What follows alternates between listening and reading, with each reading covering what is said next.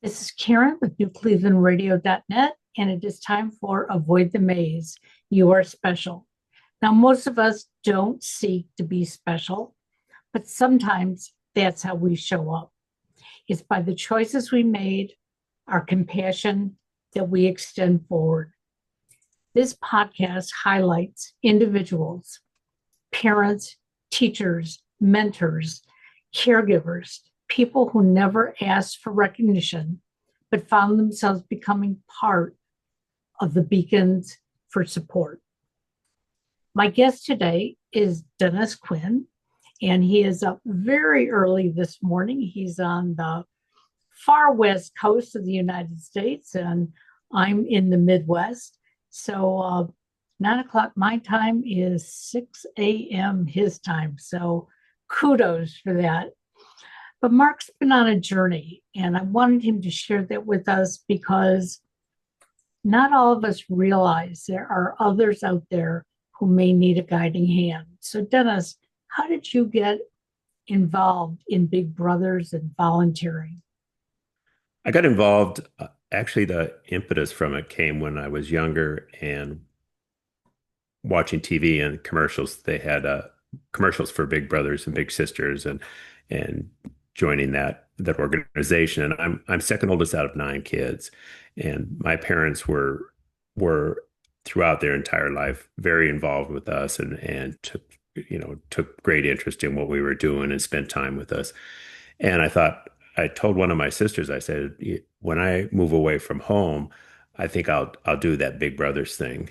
And so that is what I did. When I finished college, I moved to Minnesota, and within a few months, I had applied to become a Big Brother. The job I had was with an airline, and I had a lot of free time and an irregular schedule.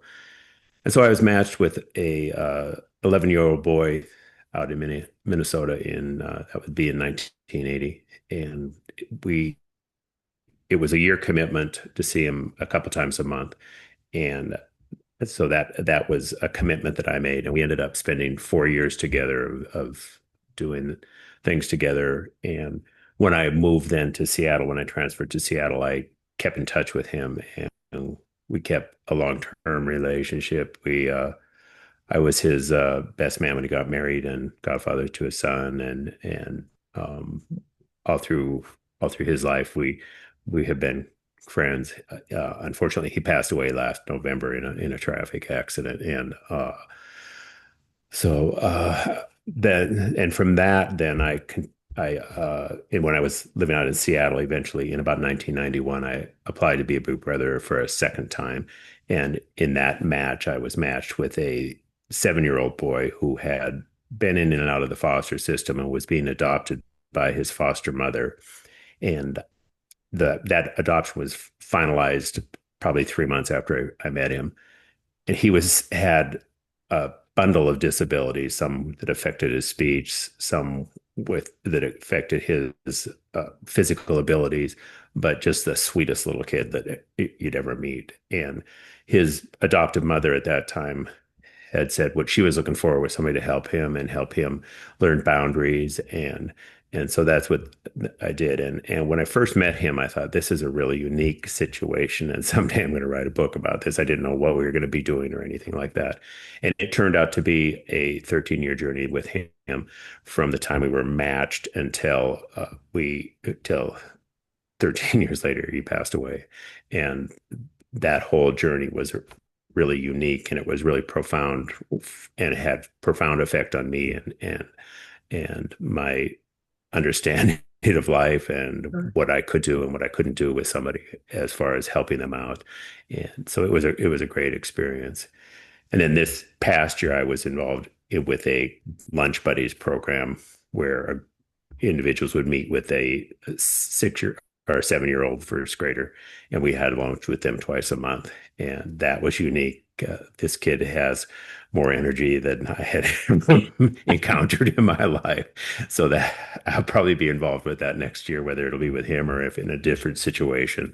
But so throughout my life, since I got out of college, I have been involved in one way or another with mentoring and it just becomes more like a friendship, but it has profound effect. And I think everybody I did, and I think most people go into it with the idea that, hey, I'm going to really help this kid out. But in the long run, what happens is it really affected me and it really affected my life and it really helped me. It helped broaden my perspective. It helped learn to have compassion. It learned to help how about boundaries and setting them. And so that's how I got started, and it's been a lifelong deal. So, growing up in a large family, obviously, you all sort of helped each other out as well. Um, at least that's my impression of how large families work. And you were also very lucky to have two very devoted parents because there are some families where the family is large, but the parents basically, hey, let the kids fend for themselves. So you had a great upbringing that sort of taught you compassion. Did you realize that when you were growing up? Because obviously you told your sister that one day you wanted to be a big brother. Um, was it because of what you were doing in your own family?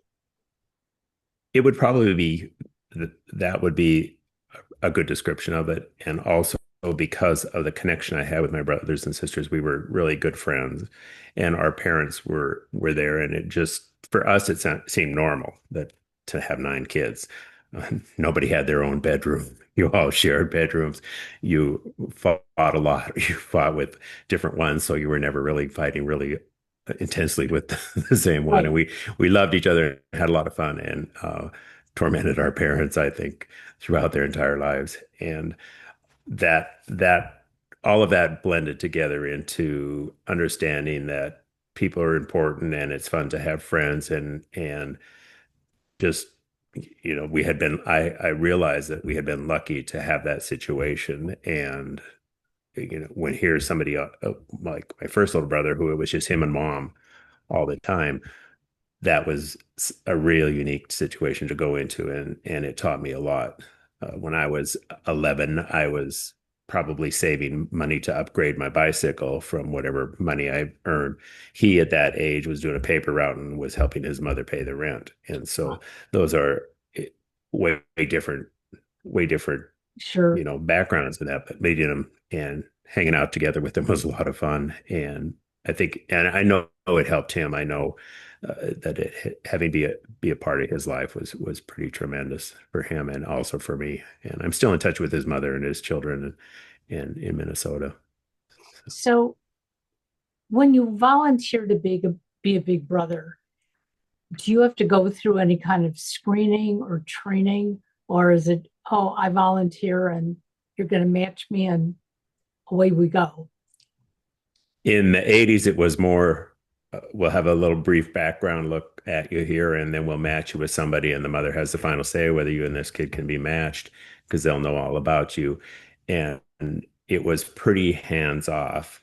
Flip to 1991, 92, it's the screening is much more intensive, and background checks, references.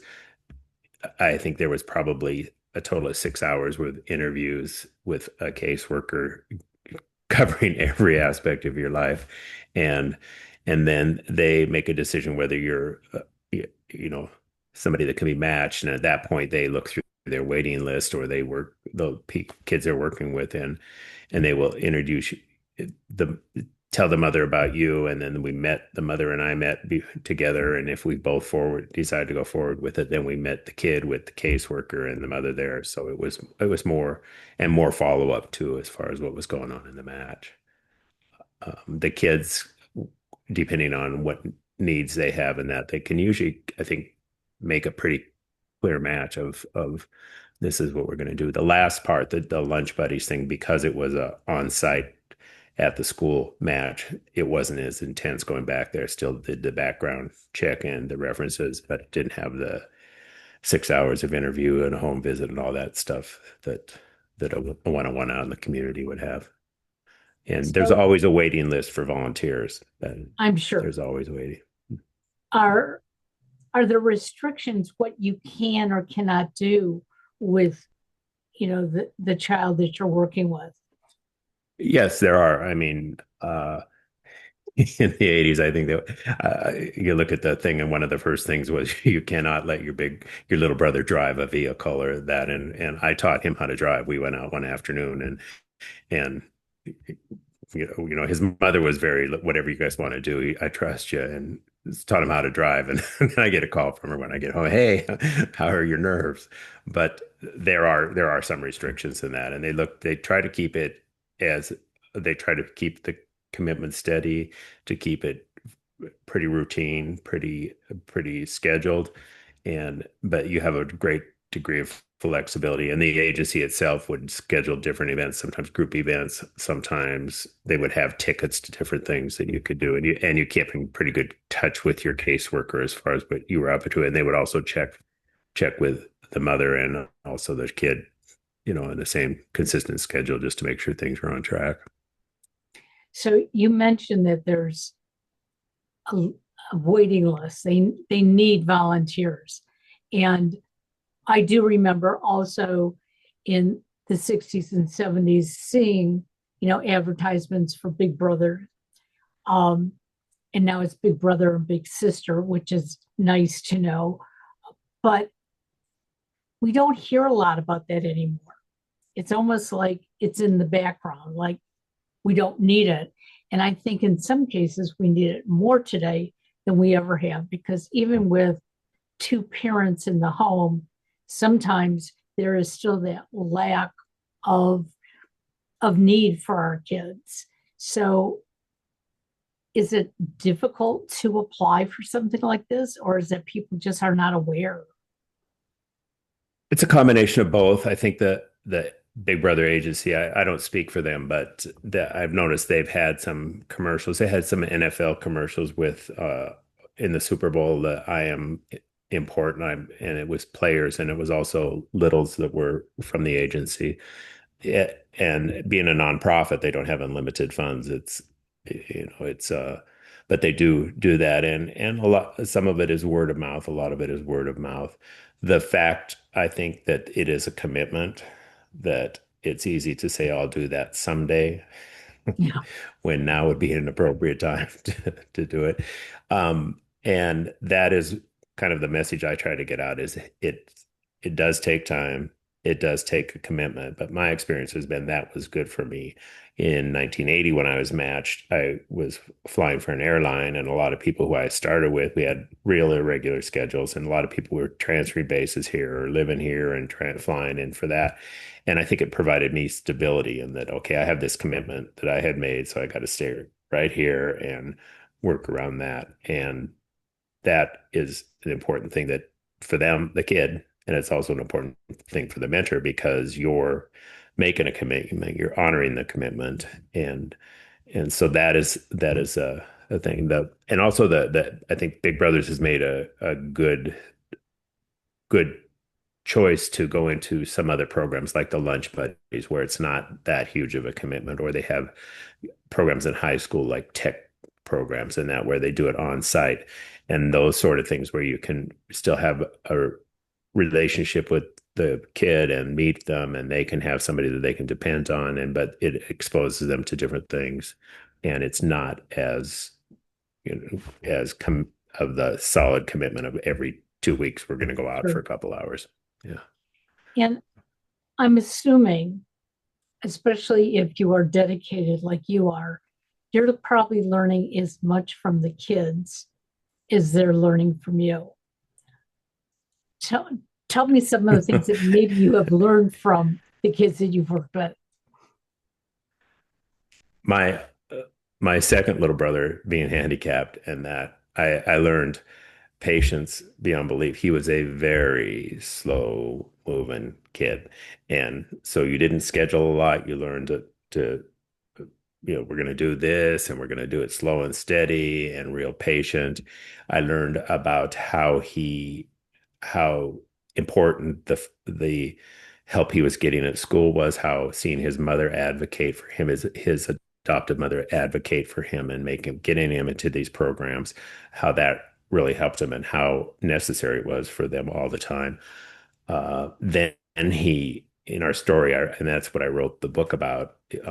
it was he developed mental illness in puberty, and that took a whole different turn on life for him, for his family, for me as a friend. And it was incredible to see the challenges people that are mentally ill have to live independently, to to maintain the things will go well for a while and then they won't, and the very limited services that there are to help those people. um, and I would have never had firsthand exposure to that if I wasn't in that match.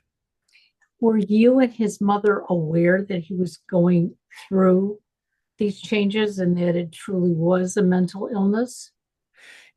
It was hard to tell because he had some weird behavior beforehand, but his biological mother had problems that ended up for earlier children removed from the home Sure. and in prison. And then he was a teenager, and weird behavior comes with being a teenager. Right. So it was hard to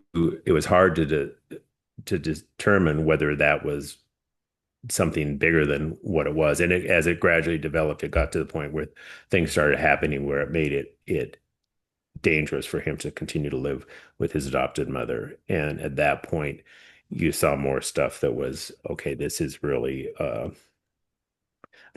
something serious. And sometimes being a friend or a mentor or a family member, you're almost in denial sometimes that this is really happening. You see it and think, okay, well, this is not really what I'm seeing. But outside influences like my partner could really, hey, this kid could hurt somebody, or and so that sort of thing.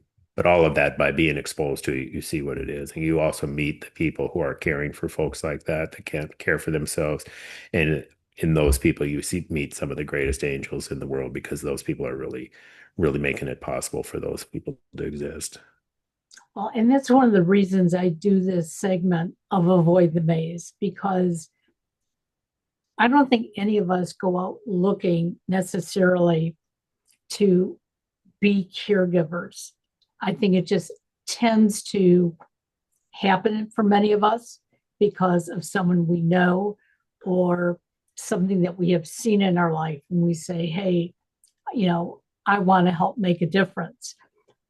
But I don't think from reading your bio and listening to you now that you chose to be a big brother necessarily to make a big difference. It was just to be there for somebody, to give them some of the things that you had easily growing up, having siblings and having parents. Um, did people ever come to you and say, hey, Dennis, why do you want to do this? I mean, come on. There's so many other things in life you can be doing. Why are you, taking on somebody else's trouble? You heard that occasionally, and I had to learn what my boundaries were and how much I could help with it. That was a learning process for me. When you ask if somebody asked me that, my first little brother, his son, when he was probably about 10 or 11, we're driving along. They were out here on vacation, and he turned to me and goes, "Why would a guy like you ever want to hang out with a kid like Scott?" Which is his father. It really put it into a basic question of why did I do this? But I think there's always a question: am I wasting my time? And you go for a while with no feedback. Especially Scott was really kind of a quiet kid, but then things would come up that, okay, this is worth it. A friend of his said one time, he talks about you all the time, and so okay, this is making an impact for him. Or one time, my second little brother, we were having Christmas at his house, and the whole group was there, and he'd opened his gifts and was just in a really great space. And he sat down next to me, and he said, "Thank you for the Christmas gift, a video game book, I think it was." And he goes, "I really wanted it." I said, "Well, you deserve it, Mike. You're a good kid." He said, "I love you. I love you more than all the Christmas gifts I got." And you Oh, see that, okay, that you have made a difference in his life. And so that kind of stuff keeps you going. When he got to the point where he was in hospitalized for his mental illness, that became a real real time of what am I doing here? And I would every time I went there, I would just say a little prayer that, hey, whatever this is, make it good for Mike. I wanted for him to have somebody who was a connection that no matter where he went or ended up, that because his adoptive mother at that point wasn't able to, just to know that, hey, you got a friend here. I'm with you. Hang in there, and so that was the important part of it.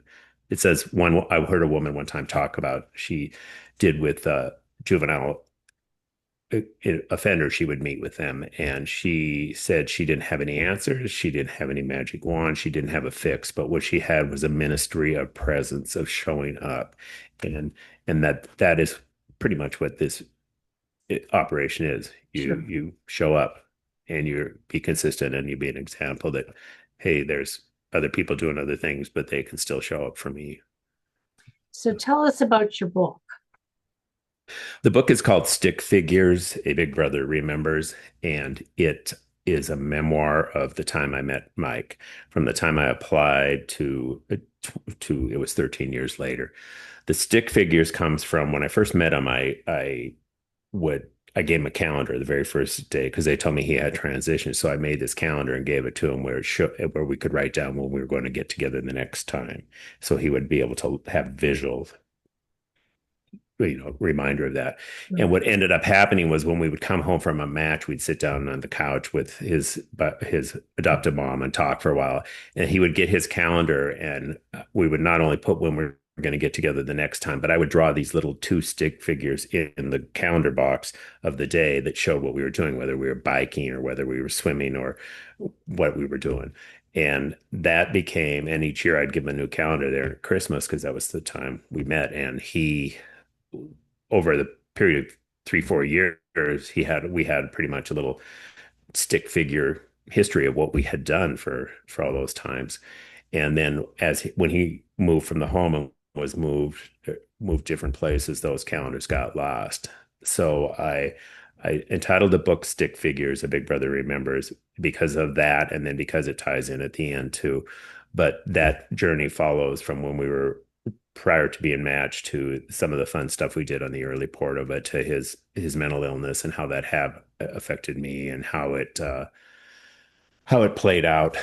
Um, I mean, we were it was just unbelievable. It was great live theater, and you could make jokes about it and that. But we would play chess in the state mental hospital, locked rooms wherever they had room for us at the time. One time we were in a room full of all the underwear of all the people on the ward. But as confused and as challenged as he was, he would beat me all the time in chess. and it would be, here I am. I'm in a locked room with this guy who can't be out in the streets, but he can beat me in chess no matter how hard I try. And that was, I still have the chessboard we played with all the time. And that was kind of what tied us together at the end of it, was playing a few games of chess and seeing him and that. So, but it was a closure for me. It was also a way to give him a little voice, and put out there that, hey, this is somebody that was a really cool individual, that you wonder why he in the world was put into a situation where he had so many challenges in his biological home, but also the challenges he had later on, and what was the purpose of that life, and what was that purpose of that life in my life. And it was good closure, and it also helped me, relive some of those times we had. It was written over a period of time, but it was a pretty healthy thing for me to do. So, And it almost sounds like, from the way I'm hearing this, that again, you learned so much from these individuals. You saw his struggles, but you also saw how he was getting through his struggles to a great mhm. degree. Um, and then when he couldn't anymore, you know, I'm sure that tugs on the heartstrings, because now you have a relationship with this individual. Are you allowed to continue these relationships even once you stop being their big brother? What happened in that particular match was we were in the Seattle, and at that time it was Big Brother of King County, and we moved to Pierce County, which is in down a little bit south there. And at that time, then they closed the match because it was out of their jurisdiction area.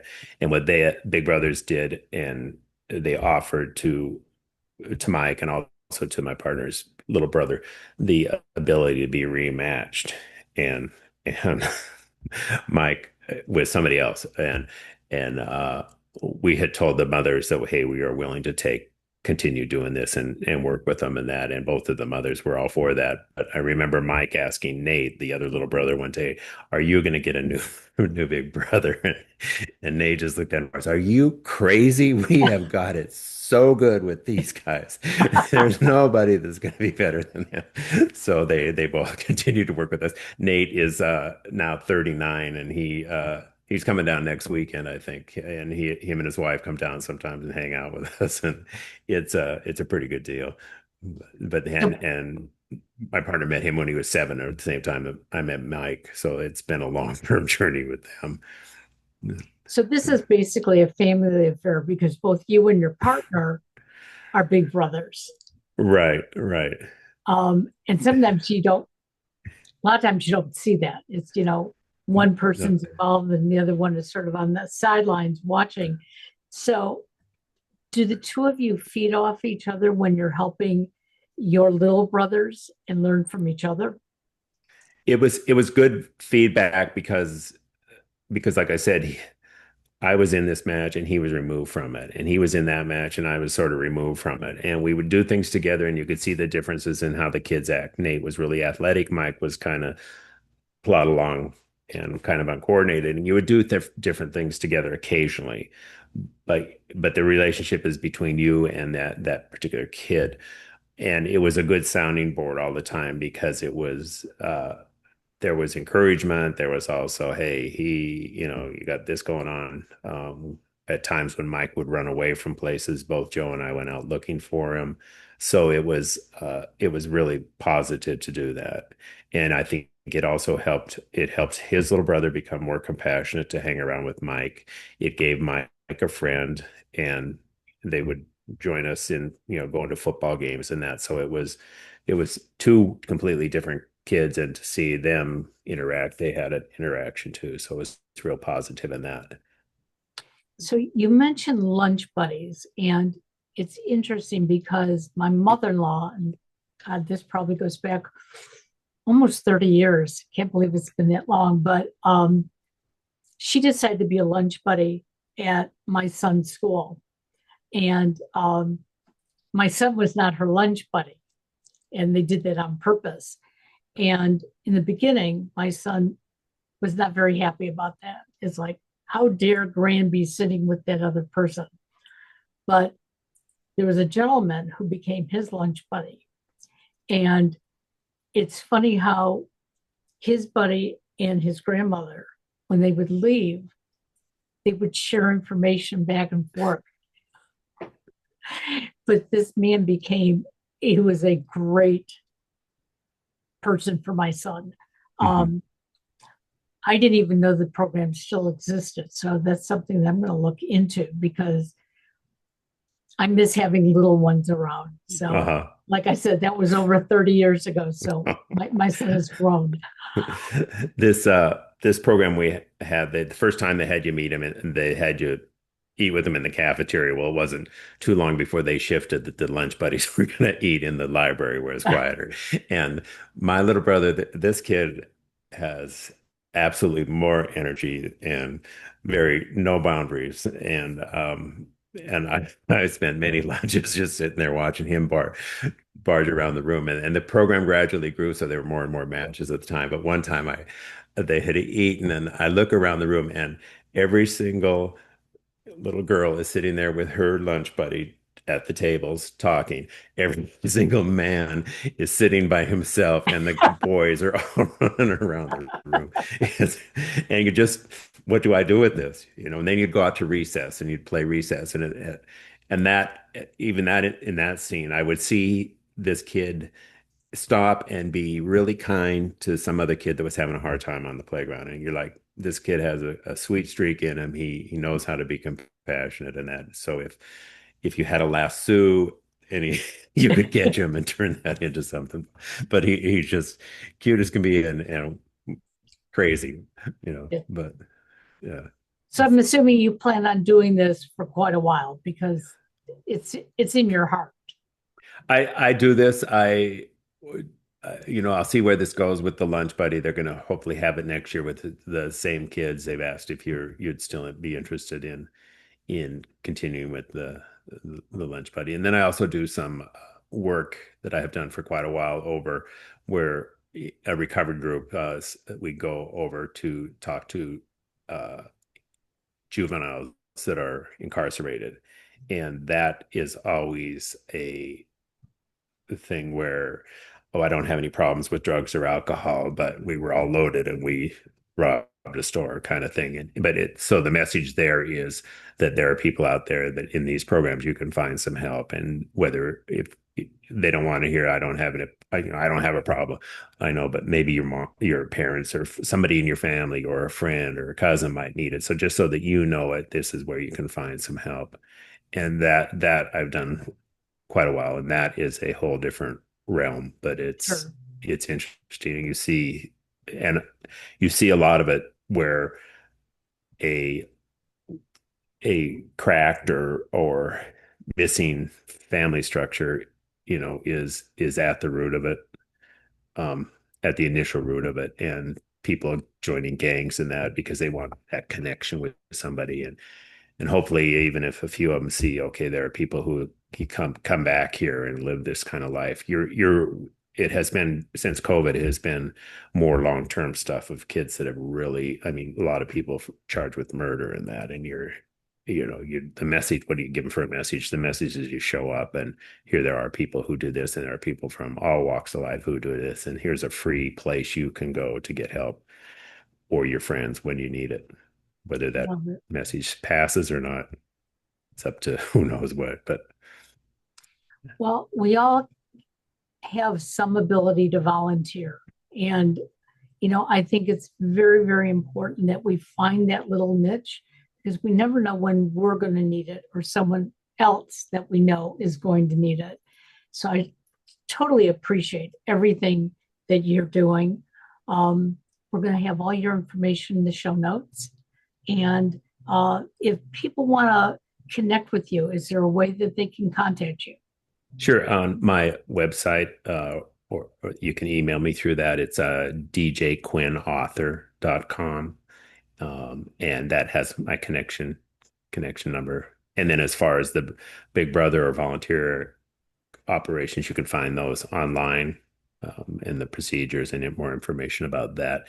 Um, One of the messages I think that it's important to give is I started doing this when I was 22, 23, and there's a lot of people out there that, for me, it was a good experience. It was a stability thing. I think at this time after COVID and all, it can help people get a little more out there and help kids that haven't communicated face to face with people a bit.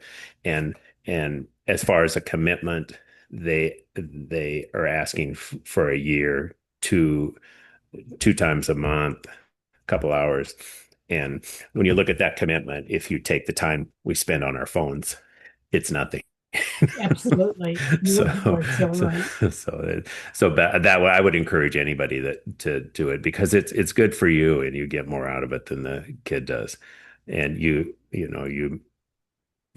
don't have a lot of friends like Mike who say that next week when we get together, we should go beg at Pike Street Market for money for a Nintendo. And you have to tell them that that's not really my role to go begging on the street with you. Well, but it's been a good thing. And I appreciate the work you're doing in that too. You have some great shows on, and it's Well, I really, thank you very much. We'll keep in touch, and all this information will be in the show notes. So there's no excuse not to follow up. Thank you so much. thank Have you a very beautiful much and day. have a great day. Okay. Thanks for having me on. I appreciate it. Bye bye now. Bye.